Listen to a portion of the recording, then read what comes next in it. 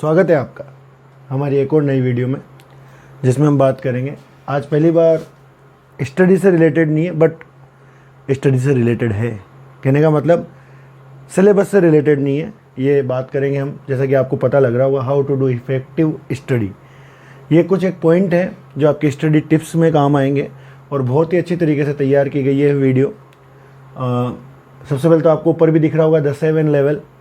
देखो, कई लोग आज के इस युग में कई लोग यूँ सोचते हैं कि जो स्टडी है वो केवल काय का खेल है, माइंड का।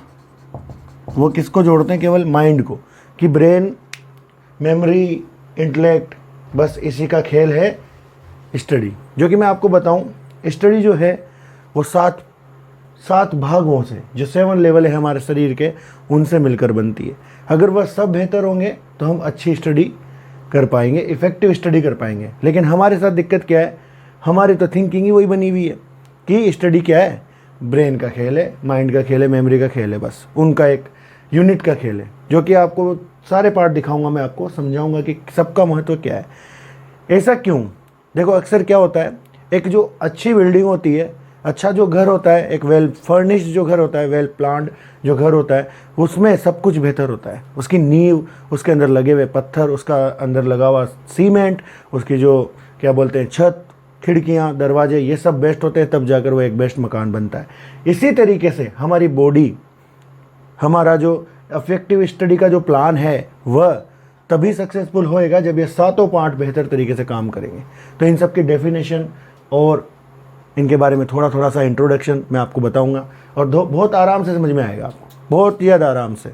ठीक है, सबसे पहले बात करूंगा मैं बॉडी की। देखो, जैसे कि एक कहावत है कि भाई जो हेल्दी एक ब्रेन होता है वह हेल्दी बॉडी में ही निवास करता है। आपने पढ़ा है, ये अक्सर बोला जाता है कि स्वस्थ शरीर में स्वस्थ मस्तिष्क निवास करता है।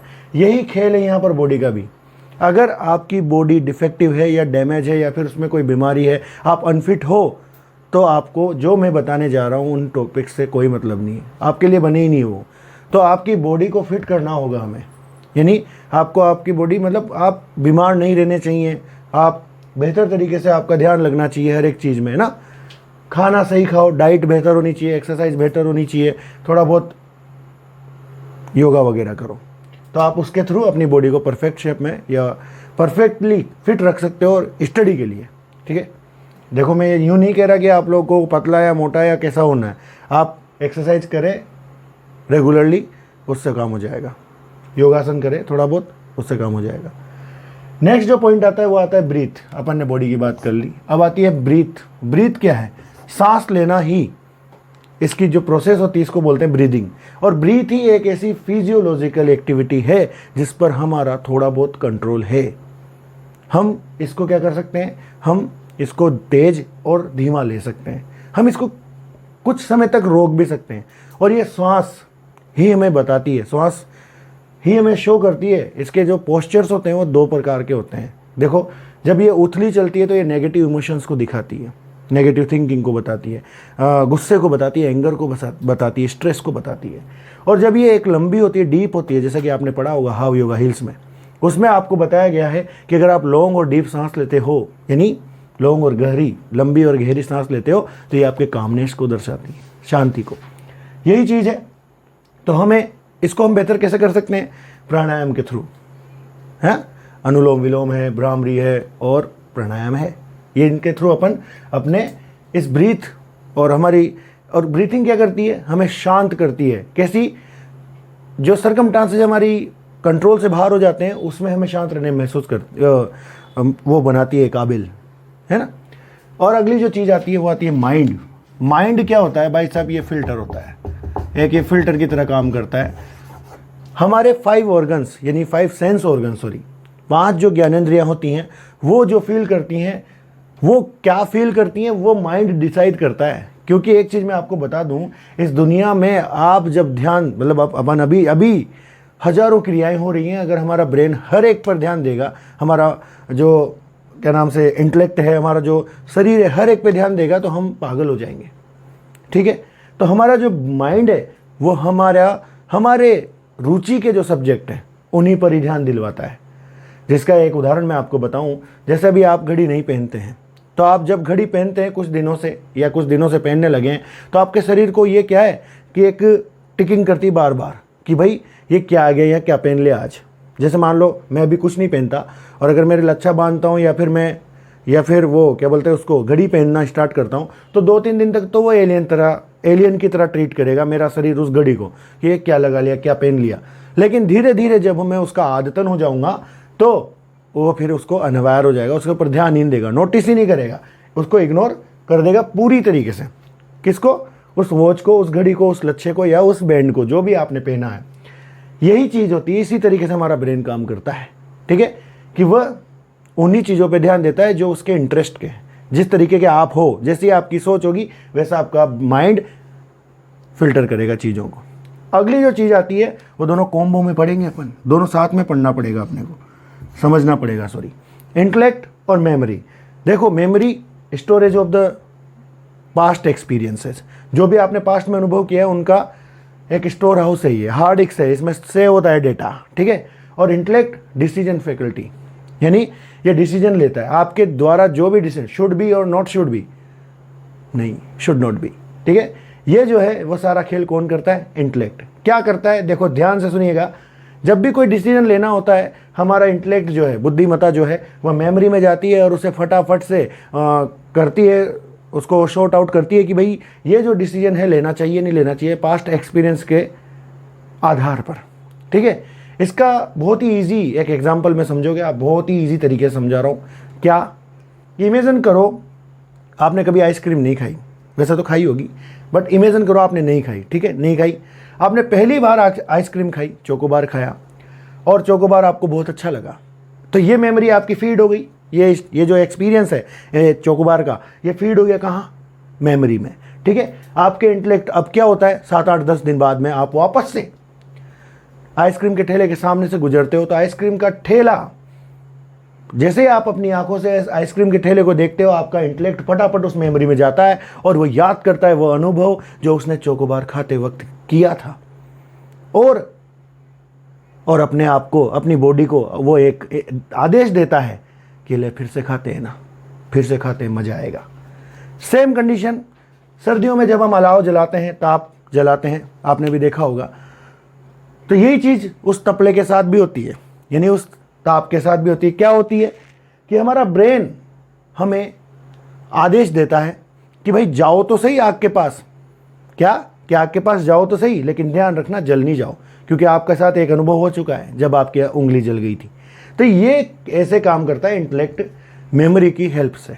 मेमोरी में जो पास्ट एक्सपीरियंस है उनके आधार पर वो डिसीजन लेता है।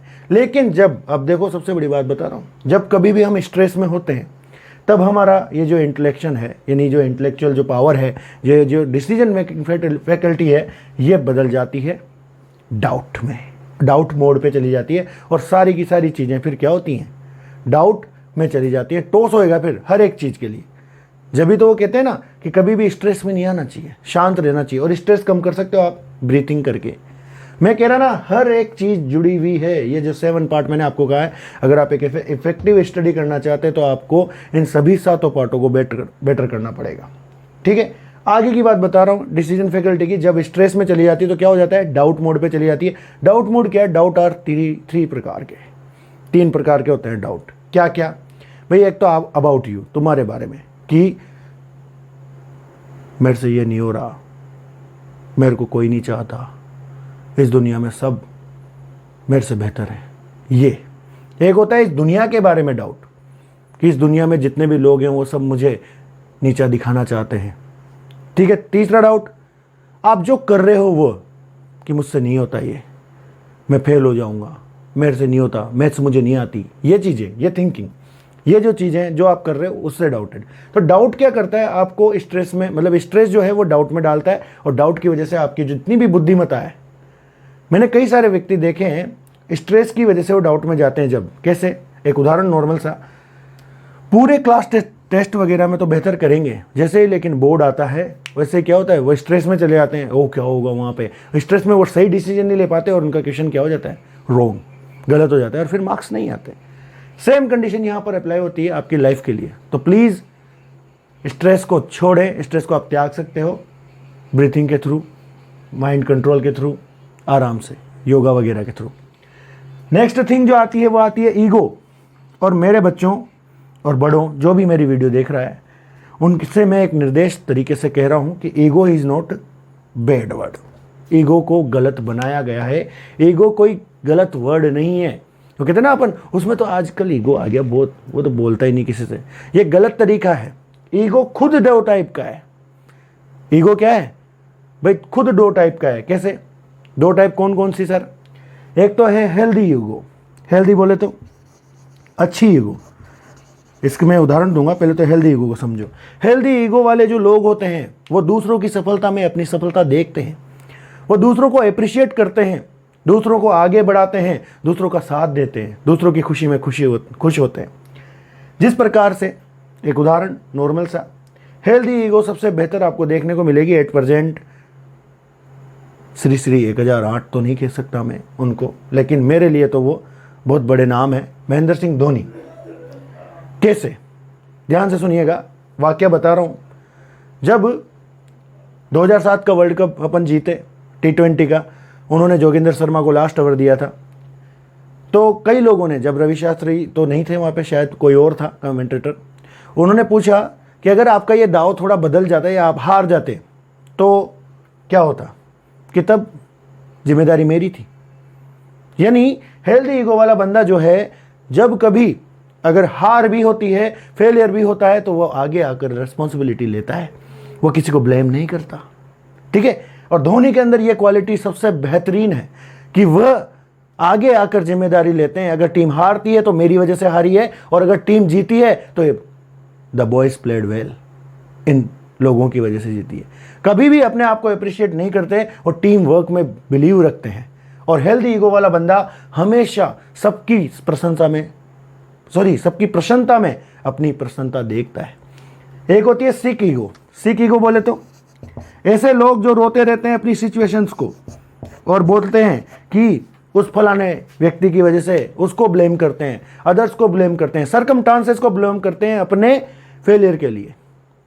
तो सिक ईगो जो है, कभी भी सिक ईगो मत पालो, हेल्दी ईगो पालो, आराम से, कोई दिक्कत नहीं, आराम से बहुत बढ़िया एक वर्चस्व आप बना सकते हो।